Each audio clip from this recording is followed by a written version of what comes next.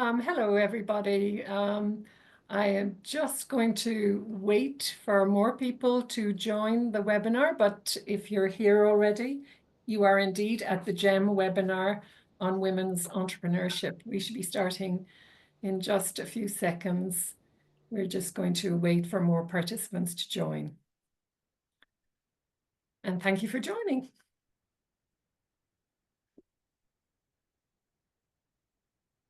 Just give it a minute or so.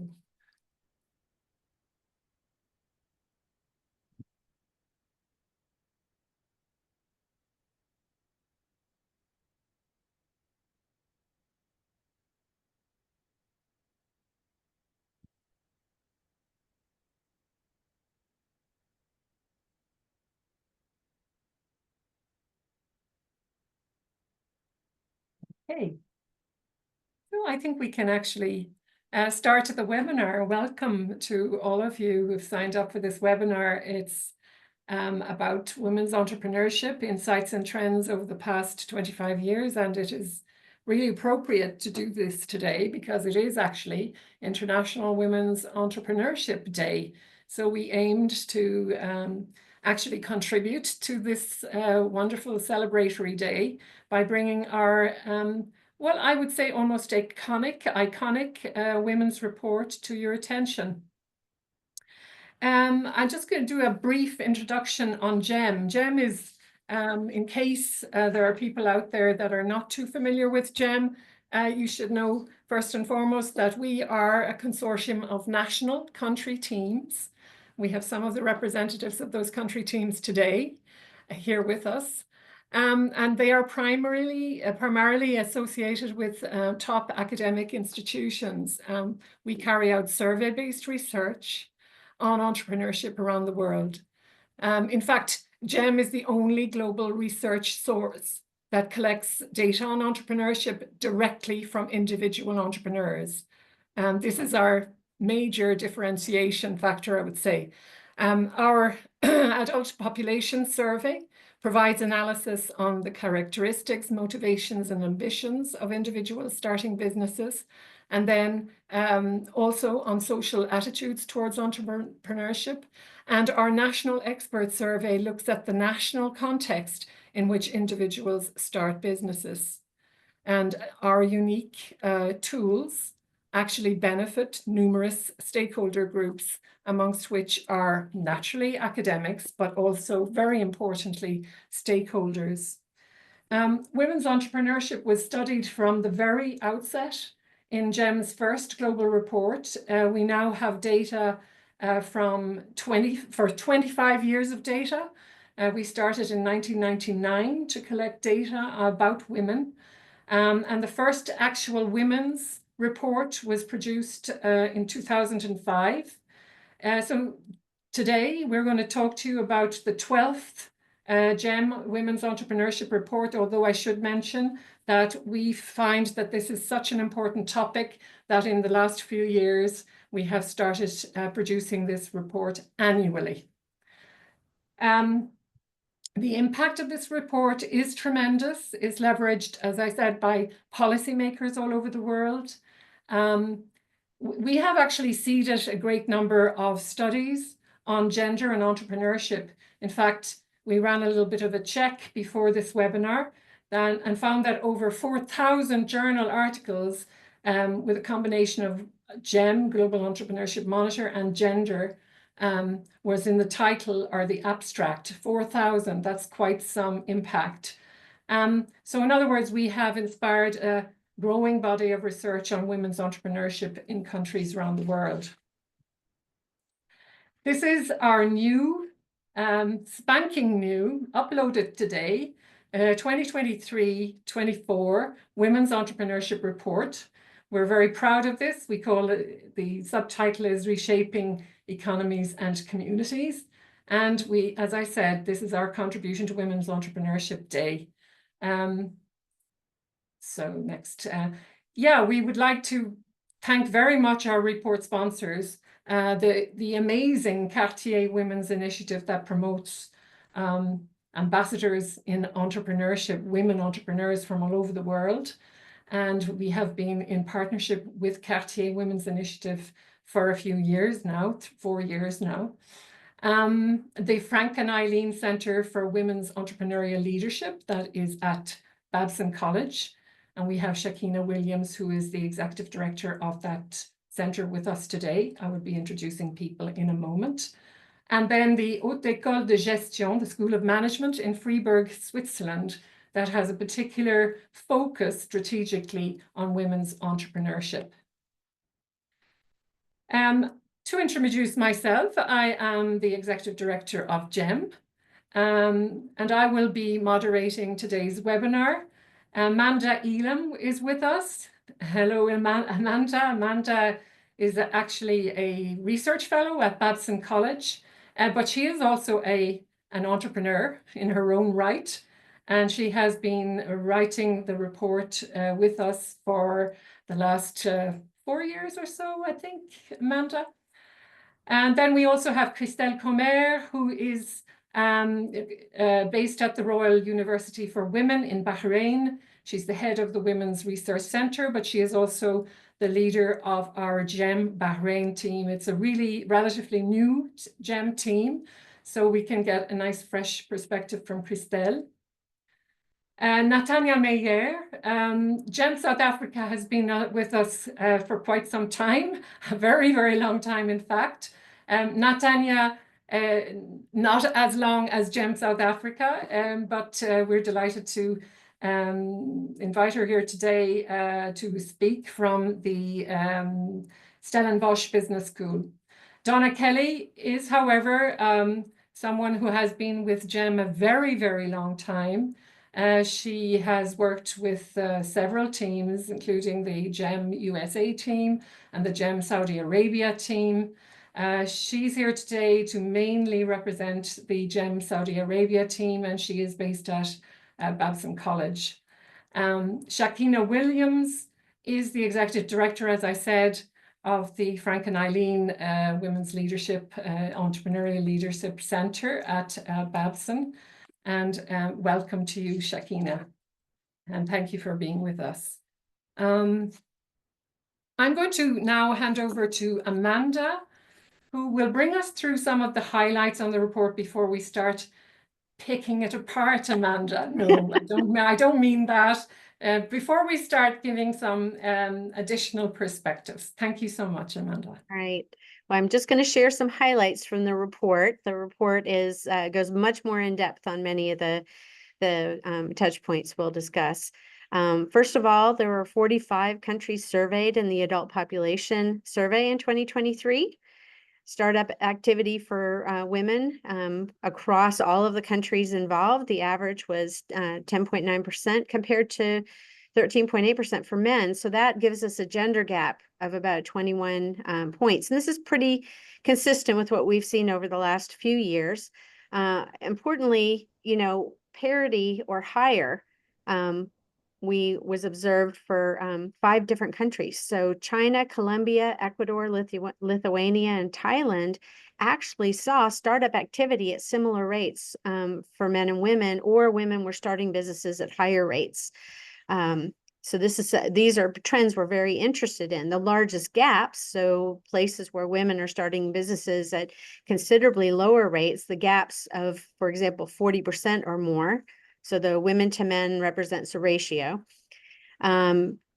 We saw basically very, very large gaps in Cyprus, Hungary, Jordan, Morocco, Norway, and Slovenia. Again, so for those of you who are interested in these specific contexts, this gives you a flavor of what we're seeing. The report includes an indicator table where you can actually go in and look up key indicators by country. So one of the big values of the GEM survey is the design, and we're looking at a representative sample, for each country. Usually runs 1 to 2,000. Some countries, are much higher than that with oversampling by region. And this methodology means that we're actually surveying adults to say, do you want to start a business? Are you taking action to start a business, nascent activity? Do you have a business that's paying wages, that's less than 3.5 years old? Are you running an established business, or have you recently closed a business? And if we look at these patterns by level of national income, so low income, middle income, and high income, you see distinct patterns. Startup intentions are very high in low income countries. And they also lead the world in nascent activity, new business activity, established business rates, and business exit. And that really represents what's happening in those economies. There's a lot of churn. You'll also note, that there are some big gaps in these places, especially around startup intentions and established businesses. And these are scores we're looking to understand better. We see very different patterns in middle income and high income countries where overall rates tend to decrease. Of course, wage employment, being employed at large companies is much more common means of income generation in these countries. So worth taking a look and considering how national context contributes to these startup activities. So what's exciting about this year's report, what we're all really excited to share with you is that we actually did time series analysis. So we went back over many, many years to look at just 5 key indicators, because there are a lot of indicators. But we had 30 countries that participated in the first 5 years and the most recent 3 years. So we took a 5-year average for 2001 to 2005 and a 3-year average from 2021 to 2023 and compared to see what changes are happening across these key indicators. And here we find that startup activity has actually increased for women by about 76%, rising from around 6% to 10% of the women reporting that they're involved either taking steps to start a business or running a new business. Established business ownership, this is a key indicator where we hope if startup rates continue to rise, we'll actually see the population of established business owners for women grow as well. And here again, we had some good news. Established business ownership rates for these countries had increased by 45%, rising from 4.22% to 6% more recently. And then we also looked at a few key perceptions that we know are important predictors of startup activity and the intention to start a business, including opportunity recognition. Here again, we saw a massive increase, over the last couple of decades, where women are reporting seeing opportunities, new business opportunities, at 79% increase over what they were before, which suggests that, again, women they're interested in starting businesses, they're seeing opportunities to start a business where before maybe they weren't even looking in some places. We'll also see a jump in the confidence in their startup skills. So confidence to start a business is a key indicator. It's in much of the management literature that this is a challenge for encouraging women to start businesses, to take risks. And here we see an increase of 27% over the last couple decades. Of course, along with more activity, finding more opportunities, more established business ownership, and having more confidence in startup skills also comes, an increase in fear of failure. Women are out there, they're involved, and now they're reporting an increased fear of failure. And what that means, the way our question is phrased, is would fear of failure stop you from actually starting a business? And so this is a measure we really want to understand better. What's happening here? Where are we seeing the biggest jumps and why? More broadly with the time series, we looked at these 5 indicators in women in 43 countries that participated at some point or multiple points over these years. And when we're looking at the changes, I think it's notable beyond the 30 countries. The largest gains were really found in Saudi Arabia, for example, which joined a little bit later, but 6-time increase in startup activity for women. And then Croatia, 5 times increase in start. Now they're starting from pretty low percentages, but still this indicates that whatever's going on in these countries to encourage women to support businesses appears to be working. The Netherlands, 4x increase in startup activity for women, and Japan 3.5x startup activity for women. So these countries are really leading and driving that 76% increase. We also noted that 3 countries actually went the other way. So possible setbacks in Jordan, with a drop of 20% in startup activity for women, Poland with a drop of 62% of startup activity for women, and Norway dropped by 9%. So again, we're wondering what's happening in these countries that could be contributing to these changes. Next slide, please.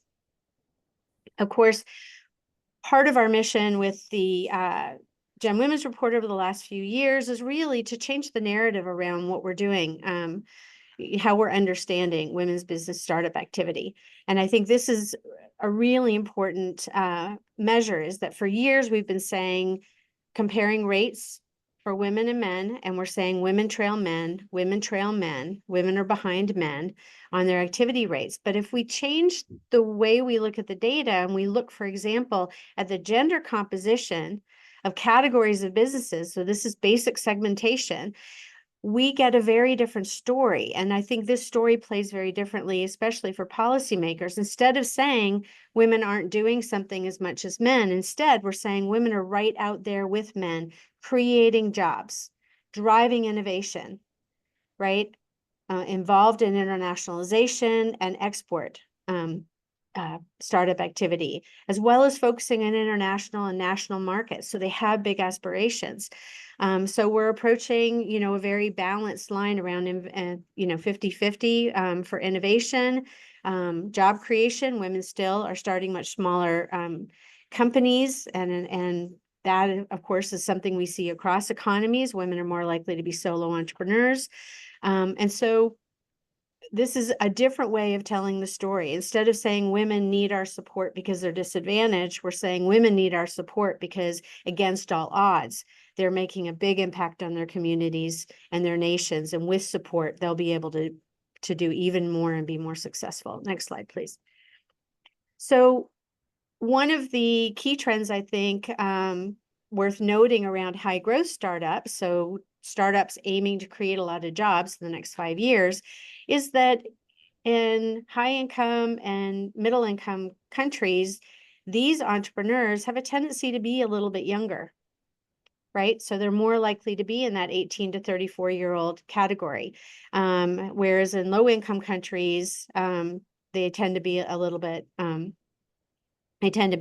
older, the women who are looking to create jobs and grow really big companies. And I think that can inform policy, right? Where is youth entrepreneurship programming most prevalent? Where could it have really big impact? And it's very popular in high income countries. So I think this is something worth digging into. Next slide, please. We're also looking at other forward indicators, so emerging trends that show promise. I think everybody's excited about digitalization, and there's been this longstanding and thought that maybe women weren't going to digital technology as quickly as men. And so GEM's continued measuring digitalization. And I think it's really important to understand that digitalization depends a lot on the type of business that the entrepreneur is pursuing, as well as the digital infrastructure. So it's not just culture. It's also, is digital necessary for the business? Is digital available given, the context? For example, very rural areas and low-income countries, even rural areas and highly developed countries, fiber optics and digital might not be as easy to access. So we asked the question, digital tools, are they necessary for your business? We asked, do you plan to adopt them? Do you plan to improve the existing tools you already have? We still have entrepreneurs telling us that they've adopted tools due to the pandemic, right? And we also have a measure of who was already using those tools pre-pandemic.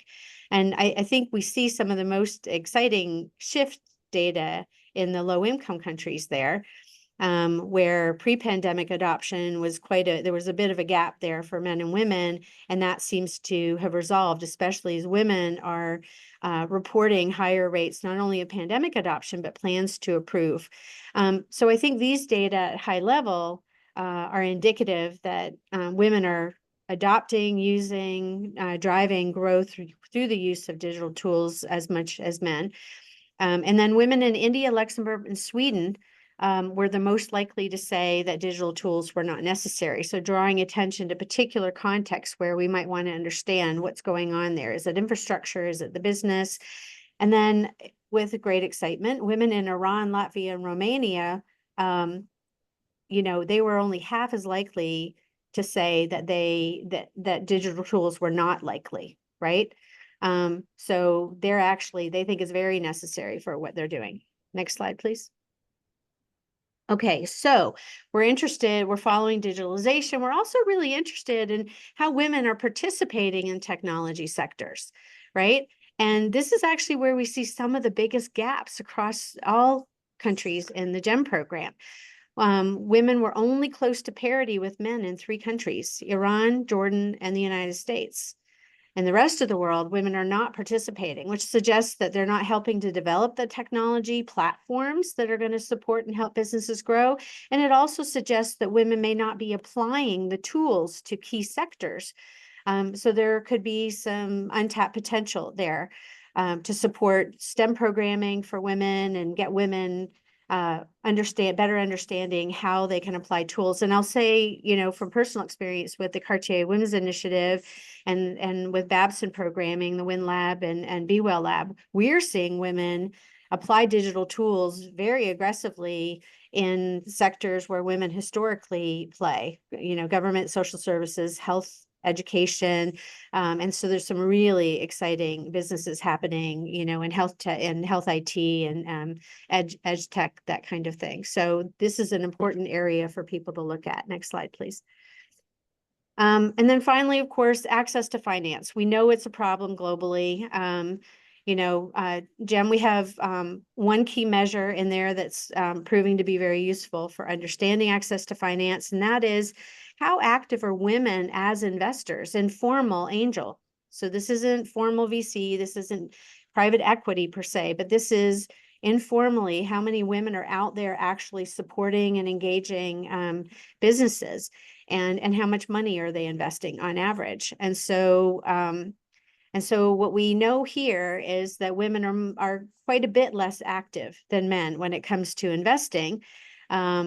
You know, but they're very active in certain countries, like in Chile, but the average investment is really low. We have other places where the average investments are really high, like in Saudi Arabia, you know, but the number of women actually reporting having invested recently in a business is quite low. So this is another area ripe for better understanding. Next slide. And then finally, I'm going to just leave you, there are a lot of words on here. That was primarily to help prep our panelists for discussion today. But it's really important, we think, to highlight successful entrepreneurs. And this means understanding that segmentation, right? So looking at high potential businesses, it means looking at what women are doing in specific industry sectors.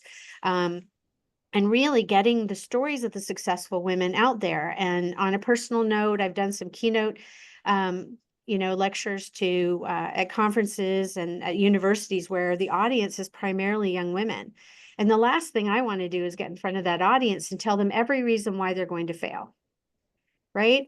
And that's why women need the stories of successful women out there, because we need inspiration. We need a reason to rise. We need a reason to persist and actually go after our startup dreams. Award programs, recognition platforms can actually create enduring content on the internet. So it becomes very easy to search and find those stories of women in different sectors. Of course, self-interested, GEM researcher, you know, all the other research we do at Babson, we need data. And we need data that is well-designed, and we need data that has gender measures. And so we're really encouraging people to track gender disaggregated data, right? And do it, make sure you've got the key measures like business size and industry and, you know, other measures that are really important for understanding you know, sort of the lived experience, if you will, of the entrepreneurs going through programs, you know, operating in different regions and in different industry sectors. I think you know, we need to see more performance-based evaluations of policy and programs out there. There are a lot of policies, a lot of programs running out there, and the only self-reflection they do tends to be a very positive bias. Like they tell us what's working, but they don't tell the areas that have failed or need to be reworked. And so we need more sort of balanced. Again, they're, you know, part of our mission at Babson and Diana International Research Institute is really to curate and cultivate a global community of gender and entrepreneurship experts, right? So we've got a lot of learning content. GEM data has been really core to everything we've done there. So, you know, if you need help finding gender experts and entrepreneurship experts in your system, come to us. Again, facilitating inclusive education and training. The number one thing you can do for women is not just teach them how to start and grow a business, but make sure that you're focusing on the personal agency piece. What do they need to overcome a lot of the cultural baggage around women? GEM data also, our national expert survey suggests that, you know, there isn't a lot of support for women in most countries around the world. It's a big area where the experts think gains can be made. So I think it's really important to design programs where you're really tapping into the women where they are, what can they do where they are with what they have today? How do they take those first steps? And how do they counter any discrimination or bias that they may encounter, whether it's in their own heads or actually out there? And then finally, expanding access to capital. I mean, I think we've been beating on this drum for a very long time. And the answer is it's still a work in progress. We need to support dedicated funding programs, grants, government-backed loans aimed at women-led businesses. There's a lot of evidence that these programs work, especially when they're combined with an educational component. And again, networking. So much of what's holding women back from tapping different sources of financing has to do with who is in their network. So provide them with high-level industry connections, investors. Those individuals can be mentors and also champions, because we know champions make a difference, right? Individuals who are good allies and can celebrate the contributions of women. And then there's a lot more in the report that digs into other initiatives and suggestions on steps that can be taken. So thank you very much. Thanks, Amanda, and thank you for bringing us through. It's true that we've had some of those messages come out in the past, especially last year, the year before, the year before. And I think it is that's really important to repeat the messages, because we have to be a little bit like woodpeckers, always, you know, pressing on the same point, making the same point. I'm going to ask Shakenna, who I think has reviewed the full report, and I believe you've prepared some observations based on, you know, your experience, the research you're doing at the center. And over to you, Shakenna. Thank you. Thank you. Hello, everyone. It's a privilege to be here as we launch this year's GEM Women's Entrepreneurship Report, a resource that has become a cornerstone for understanding the landscape of women entrepreneurs navigate today. In particular, this year's report is not just a collection of 25 years of data. It's a testament to the progress, resilience, and potential of women entrepreneurs worldwide. As Amanda shared, the report highlights a clear and encouraging trend. Women are participating in entrepreneurship at an increasing rate, with growing confidence in their abilities and recognition of opportunities. At Babson, we are committed to building on this momentum. We believe higher education is a powerful catalyst for change. Today, I would like to share what these findings mean for our work that we do at the Frank and Eileen Center for Women's Entrepreneurial Leadership at Babson College, and how they drive our work to advance women entrepreneurs. Each year, the Women's Report shapes how we design our curriculum and programming. It helps us tackle the specific challenges women entrepreneurs face and design initiatives to reflect the realities of today's entrepreneurial world. This research sharpens our focus on providing meaningful support, practical skills, mentorship, and connections that convoys women's success and growth as leaders. We also utilize the report to keep our community of students, alumni, and partners connected to the latest trends and insights shaping entrepreneurship. Finally, the Women's Report underscores the importance of global perspective. Entrepreneurship doesn't operate in a vacuum. As we all know, it's shaped by cultural, economic, and societal contexts. By weaving these insights into our programs, we are prepared for our students to lead an increasingly interconnected world. To wrap up, I want to congratulate the research team behind this year's GEM Women's Entrepreneur Leadership Report. We've created a resource that truly matters, a tool that helps us all better understand and support women entrepreneurs around the world. And we're so proud to be here to support. Thank you.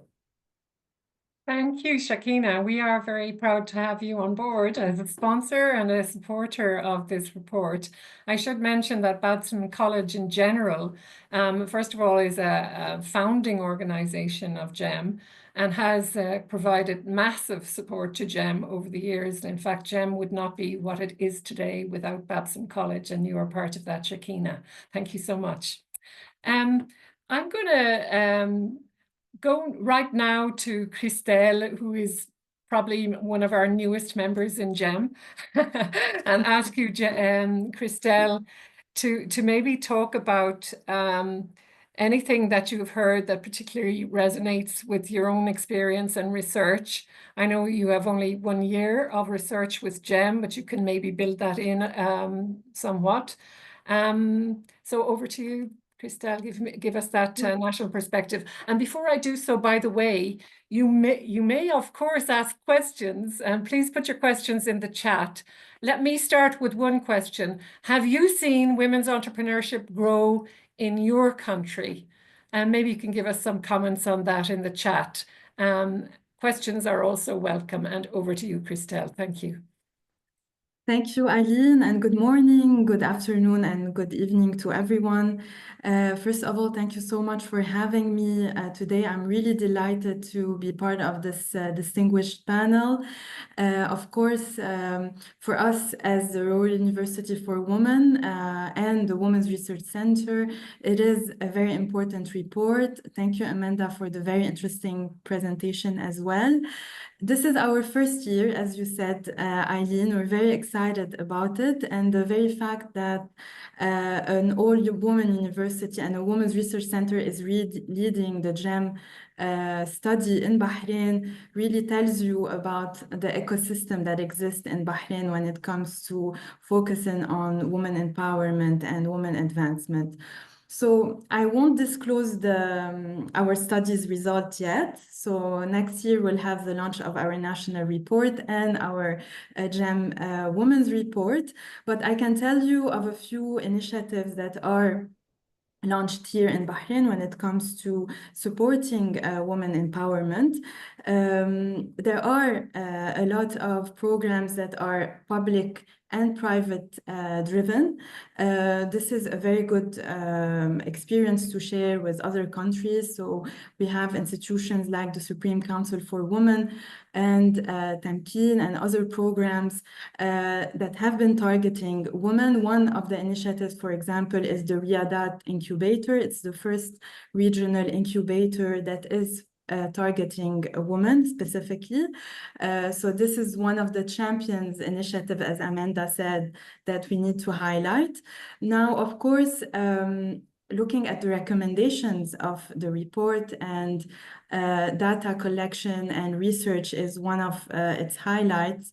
I think we should all do more when it comes to data collection. And of course, we are here to support GEM and have more data collected around and using the GEM data for that.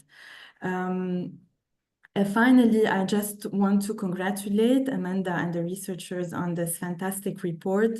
Of course, we are celebrating the 25th year anniversary, and I think this panel is important as well to discuss the next 25 years. So how will we be able to implement these recommendations as academics, as policymakers, as businesses, as research centers, of course?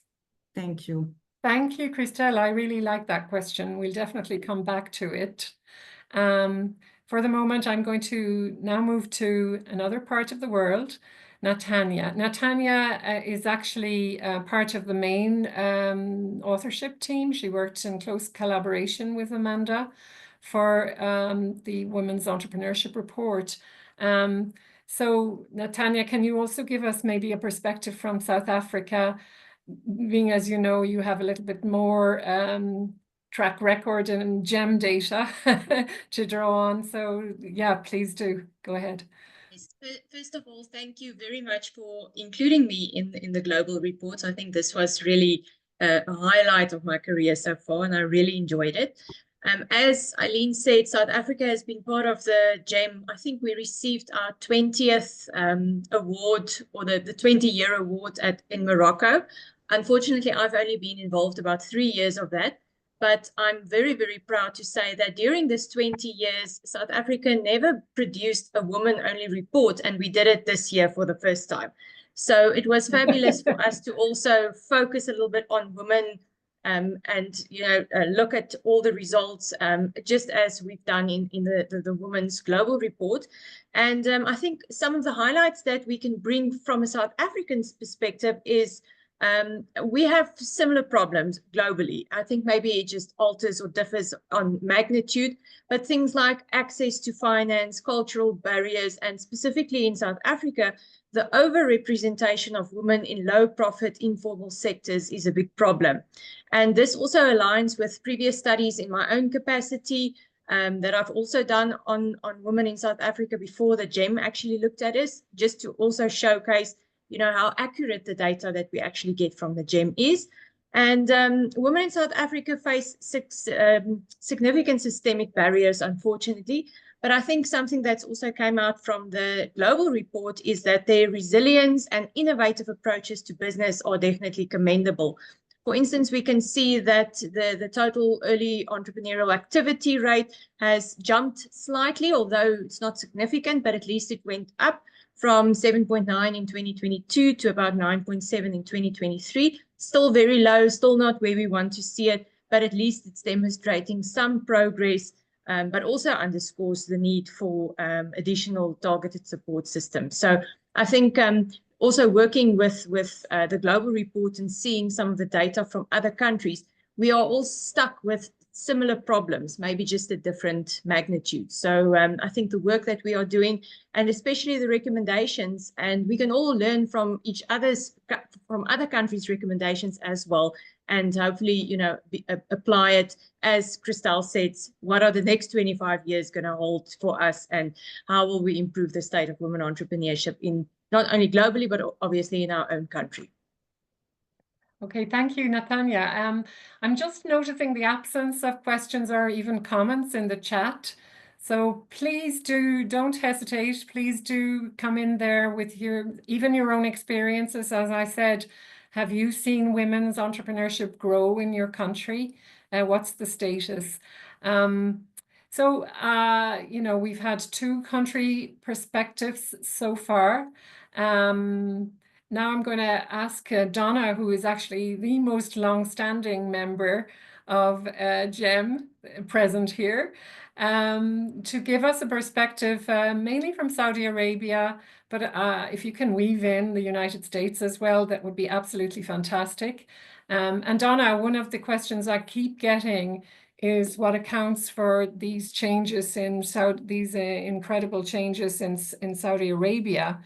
So maybe you might cover that as well. Yeah. Great. Thank you, Eileen. So unlike a few of the other panelists, I'm really an outsider. In terms of Saudi Arabia, I started working with a Babson team in 2016 to advise on the founding of Mohammed bin Salman College, which is entrepreneurship-focused business school. And I've been a member of the Saudi Arabia team since writing the 2018 national report, and we co-authored 3 women's reports in the country. I just want to mention that Amanda's made a really important point that when we look at women's entrepreneurship, it's not really just about parity. It's really about the impact that women have. And we need to look at what makes women unique. In the United States, women are less likely to start businesses in ICT, but more likely to make a lot of inroads in education and social services and healthcare, which are really important areas for us, for society. And so when we look at that, how do we track progress around women's entrepreneurship? And what this report has done, most importantly, is look globally at how do women compare across different areas of the world. And Amanda showed us different income levels, groups of countries at different levels of economic development, but also looking within a country longitudinally and what's happened over time. So weaving in the United States, as you mentioned, Eileen, the US is really a mature entrepreneurship economy, and we see changes happening slowly unless we have some type of economic shock like in 2008 and during the pandemic. Saudi Arabia, we've seen a lot of change, and a lot of this can be due to a lot of changes happening at the government level, the higher government level. There's a government program called the Vision 2030, which is focused on building and diversifying the economy, promoting entrepreneurship and innovation, and increasing women's participation in the economy. And it's really created actually some opportunity costs because women are highly educated. 63% of women in Saudi Arabia have a college degree versus 41% of men. And women can get good jobs, and they're being offered really good jobs. So that creates opportunity costs for entrepreneurship, but we're still seeing that huge increase in TEA, going from 10% in 2016 when we started measuring in GEM, and then now reporting 23%. In many years, we were at parity between men and women. Established business ownership, which is important because we want stability and employment, offering customers products over time, and just rewarding all stakeholders. That has grown considerably among actually both men and women, and we're seeing parity. For women, it was less than 2% in 2016. And now we're seeing it at 13.5% and equal to what we see, with men. So lots of changes, and just really interesting to be following what's happening over time. Okay, very, very interesting. Actually, can I kind of bind onto that by saying or asking, how do we use the findings of our reports to address policymakers? And should policy be limited to public policy, given that in some countries, even report sponsors are from the private sector? So I don't know what your opinion is on that, Donna, but sorry about that. It's coming from the from one of our colleagues, actually, Florian Taube, who's with Germany. It's probably understanding what drives change and investments. And the United States has primarily been the private sector, right? Whereas we're seeing a lot of the change in Saudi Arabia coming from the government. And so I think for any country, we want to look at where is it in the policy realm? Is it in promoting the private sector, and how is that changing? Right. And one of the things I should say where GEM is concerned is we tend to be as non-prescriptive as possible. We're not there to tell governments, our sponsors, or to a large extent governments, we're not there to tell them what to do. This is something that is directly applicable to the context of every country and decision making. We do provide some guidance, for sure, pointing in some specific directions, but decision makers can really make up their own minds as to what is appropriate. I suppose we intervene on the prioritization process, perhaps, you know. I have another question here. You talked about the levers that are driving the startup activity in Saudi Arabia. But maybe Amanda, could you comment on the levers for the other countries, perhaps, that are, you know, kind of leading? So we do present data on startup motivations in the report that can be very helpful. We certainly know that culture can influence, you know, opportunity recognition and startup skills. And then I would say, again, women's participation in the economy tends to correlate with, you know, how much activity they're doing in entrepreneurship, along with men. I think it's really important, though, to understand that the countries in the world where we have the highest rates of women's entrepreneurship, this isn't necessarily the entrepreneurship that we want to encourage. So we aren't really interested in seeing, you know, women start more businesses out of, you know, need. They can't find jobs. It's the only way to balance home and family, or there are other restrictions. I think what we're really interested in seeing is seeing women start more of those high potential businesses where they're looking to participate in the economy as entrepreneurs on an equal footing with men. And so that's one thing I think the policy community has been very interested in that necessity versus opportunity opposition. It's a very cloudy distinction. But I think it maps really well onto the idea of, are we encouraging women to start more businesses, period? Or are we encouraging them to start more high potential, impactful businesses, right? And we're looking for ecosystems and infrastructures to reorganize and support the women who are starting the kinds of businesses that are really going to have a profound impact on their community. For example, women are more likely to hire other women. Right? And women, you know, with really big companies have some of the best jobs, right? Best paid, best benefits, that kind of thing. So we'd like to see more women's leadership there. Okay. I have a question also relating to something that you said, Amanda, but I want to, we don't actually have a representative here from any of our European teams, but it is a big kind of question mark as to why we appear to be slowing in regards to business creation and growth in developed nations. And the reasons for that. I mean, some of the reasons for that you covered last year, Amanda, in the report, whereby women are not necessarily choosing similar sectors to men. These might be the most high growth sectors. But what accounts for this, apart from that, the slowing of women's business creation and growth?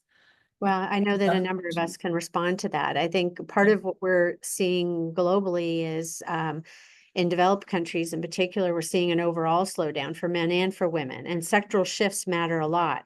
So when our more advanced economies started shifting to like grow really big service sectors in the 80s, starting a business became a very hot topic, and all the business schools organized around that. Of course, men led the charge on that, and it was only later that we saw women starting more businesses. So my first thing is always structural. Look at what shifts are happening. As Donna mentioned, when there's a really big external shock to the system, whether it's a global recession, whether it's a pandemic, sometimes it can be, you know, a big shift of industry overseas, or it comes back. These types of structural shifts can have a really big impact on the types of entrepreneurship. I would also say that, you know, in those countries where we have high rates of business ownership, because that's the only, you're going to start a food stand because it's the only way you can make money for your family.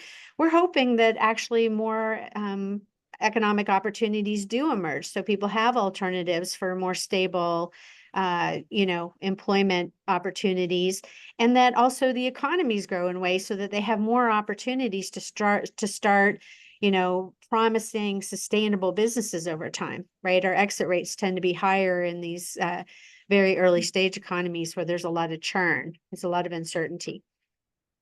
Right. And could I maybe ask you, Christelle, if you had a magic wand and had to, had to influence the policymakers, what would be the number one criteria that you think needs attention in Bahrain? Well, allow me here, Eileen, to share just a little story of GEM Bahrain, of how GEM began in Bahrain, and also to encourage other countries to join GEM. So I joined the Royal University for Women a year ago. And of course, I have a background in international economic policy and also women's studies. When I came here at the university, there was already a vibrant academic scholarship community that was using GEM data, producing articles. You mentioned the 4,000 journal articles that are using GEM data. And this is where we really decided to take this project forward, and we had the support of the Ministry of Industry and Commerce to begin the study. When the study began, I have to say that all were rallied around the study, be it the public sector, also academics, universities were very excited about this subject because, again, data is needed when it comes to policy making and investing and knowing how to evaluate, first of all, our policies, and also know what kind of programs we need to invest in. So to respond to your question, which is a very difficult question. Yes. Yeah, often the answer to such a question is it depends. There's a lot of aspects to it. Go ahead. I could say that we need to build on what is already there and what is working.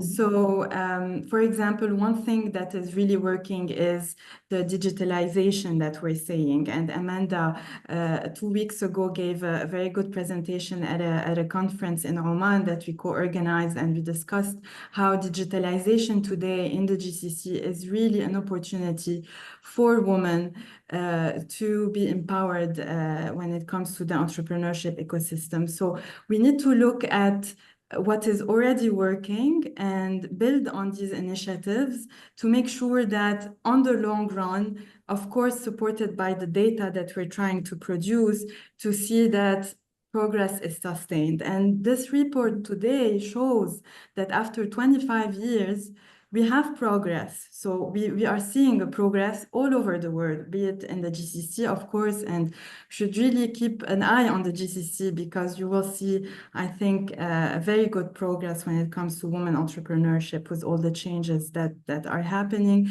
but also in the world. So yes, I hope I answered your question. Yeah, thank you so much, Christelle. And Natanya, how might policymakers in South Africa react productively and positively to the results? Yes, I think I'm going to take your advice to say definitely context. And I think I need to just bring a little bit of context to where we are in South Africa for maybe some people in the room who are not familiar with our situation. But of course, we are the country with one of the highest inequality ratings. So very rich, very poor people. So of course, there's a lot of challenges that we face. But I think if I need to place a few recommendations specifically aimed at policy or regulatory implications, I think one of the main things that we've heard so often is targeted financial support. We see it every day in South Africa where it's difficult for not only women, but rural entrepreneurs to actually access finance, of which a lot of them are women. So I think targeted financial support, developed grants, low interest loans, venture capital, etc., specifically aimed at women entrepreneurs. We are situated in the SACHI chair that specifically focus on entrepreneurial education. So education is a big thing. We have a lot of education problems in South Africa and Africa for that matter, where I think a lot of women and young girls are not getting the education that they are actually supposed to get. So the moment you bring them into a system where they understand that there is a place for them in the business world, specifically looking at cultural backgrounds as well, it changes significantly how they actually perceive this and what they do. I think another thing is regulatory reforms, simplifying bureaucracy, processes, business registration, all of that stuff can become very complex. And that often leads to businesses, again, not only women focused, but a lot of women staying non-regulated. So they're not registering their businesses and following the right procedures because of this bureaucracy. And I think the last one, South Africa, again, because a lot of our women entrepreneurs, not all of them, of course, we've got high growth businesses as well, but many of them come from rural communities, and they provide a lot of the things they do business-wise is to give back to the community.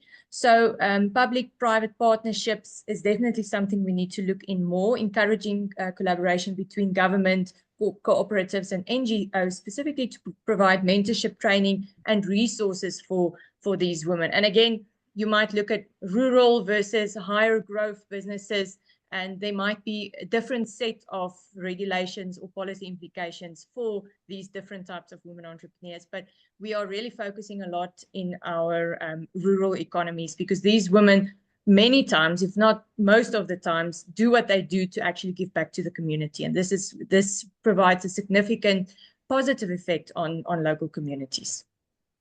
Okay, and Natanya, actually, I think it would be great to hear from you as regards the Sustainable Development Goals and South Africa.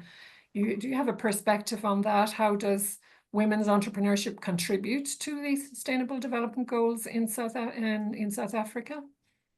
Well, again, this might not only be specific to South Africa. I think the report in actual fact and what we are trying to address within this report actually touches on many of the SDGs. And I've actually made a list because just to show the impact that this report and women and entrepreneurship in general have on the Sustainable Development Goals. So first one is SGD 1, no poverty. By creating businesses, obviously women can generate income not only for themselves, but also for other employees, etc. Gender equality, of course, we're focusing on gender. So this definitely gives women the power to get out of situation where this gender equality thing might have been a issue. SDG number 8, decent work and economic growth.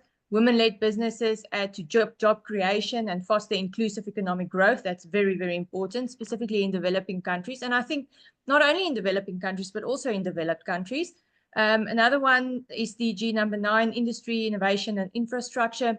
We've heard and also seen from some of Amanda's slides the impact that women businesses have made in digitalization and how they are actually improving in these areas. And then maybe last two that I can just mention, responsible consumption and production.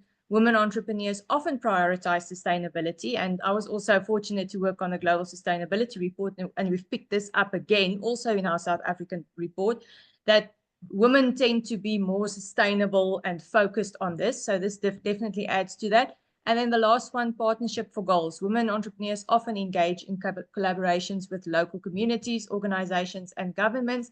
And this definitely fosters partnerships that promotes broader sustainable development goals achievements. So yeah, that's not just one, quite a few, but I think that was very important for me. Thank you. Actually, Natanya, we're also working right now on GEM's first ever Sustainability in Entrepreneurship report. So I might be reaching out to you. I really like the comprehensive response just there. I actually did write a section for that report, if it's the one that you were busy with now, and it was fabulous. Yes, yes, indeed. We're still sifting through. So yes, thank you very much. I just want to leave the last word with Donna, perhaps. Donna, as you've heard some of the perspectives there, especially on policy, even SDGs. Do you have any final comments to make, Donna? Yeah, I just want to mention that our philosophy at Babson is really creating entrepreneurs, and that aligns with GEM's focus on the individuals. It's really the people that are very important, and creating toolkits and capabilities that one can enact any time in their career. So yes, it might be when we have an economic shock. It might be when somebody has lost a job or sees an opportunity. And to have that ability to be able to go out on your own and do something is really, I think, critical for any career. Society-wide, though, and in terms of policy, as Amanda has mentioned, it is important to promote those that will have greater impact in terms of all the stakeholders that might be involved in a higher growth or innovative or internationally reaching business, because there can be a lot of complexities and hurdles. And so they may be the focus of a lot of the societal-wide efforts. And I guess I would say finally, just involving women as ecosystem players will be really important. And as I've seen in both the United States and Saudi Arabia, and I'm sure in other countries, that when we looked at informal finance, women are more likely to fund other women informally, whereas men are very unlikely. It's in Saudi Arabia, it's 63% of women investors invest in women, where it's only 13% investing in men. That's an example of the need for involving women as ecosystem players, not just mentors, and being visible in the media, but also just having that direct contact and impact on these women entrepreneurs. Well, thank you very much, Donna, for actually wrapping things up, because we're going to have to finish now. All I can say is thank you so much to you, Shakenna, for your thoughtful remarks at the beginning, and to our panel, Natanya and Donna and Christelle. And Amanda, thank you for the wonderful work that you did with Natanya and also Massa on the report. We had actually a lot more contributors who reviewed the report, input to the report. It's very, very much a team effort at GEM. If there's anyone out there that is thinking about how do you actually join GEM, well, that's easy to find out. Up there you will see on this slide ways and means of reaching out to us. I actually did see in the questions that there's some very country-specific inquiries, and if you go to our website and if you click on the economy profiles and research and reports for the individual countries, you'll actually more easily find a more comprehensive answer to your question than anything that we could have supplied today, outside of course, the countries represented here. So I'd encourage you to go to the website. And that's all, really. Thank you for coming and being here so numerous. It's been a real pleasure. And by the way, thank you to Kevin for organizing everything. It's been really smooth. Thank you. Thank you, everyone. Thank you, everyone. Bye. Thank you. Bye. Thank you.